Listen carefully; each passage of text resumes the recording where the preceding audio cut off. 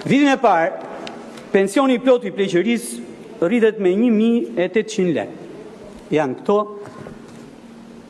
dhe si ndryshojmë dot, dhe nuk e vazhdojmë dot lojën me të vjetra apo me të reja.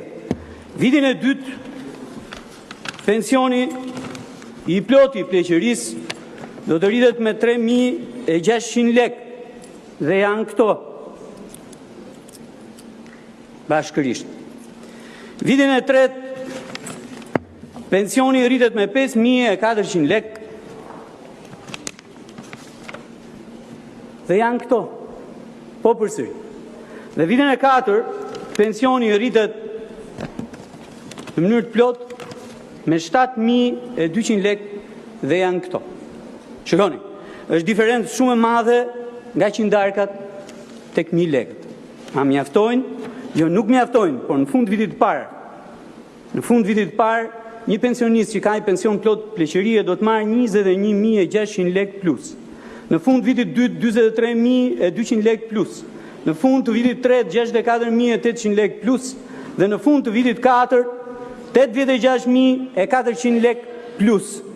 Që do të thotë, është 2 herë, 3 herë, 4 herë, më shumë se sa bonusi i fundit të vitit. Pra, hiqeni dhe argumentin, por shpërndani bonusin e vitit. Kështu është edhe për pensionet e tjera. Tani çfarë kam unë për pensionet? Kthjellësia natyrisht që vjen s'pari mbi gjitha nga bonusi që do paguhet këtë fund viti. Së dyti, nga kjo rritje e të ardhura pensionale që do të vijojë për vitin e ardhshëm.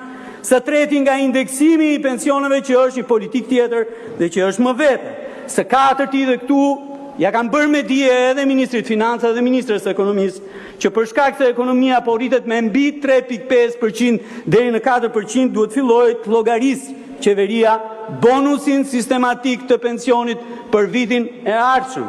Dhe 2 propozimet fundit, çdo teprit në buxhetin e shtetit duhet shkojë në fondin pensional, e në krahun tjetër, deficiti i skemës duhet të ngrijë në këtë nivel dhe çdo e ardhur shtesë në skemën e pensioneve duhet përdoret për politikë pensionesh dhe asgjë më shumë.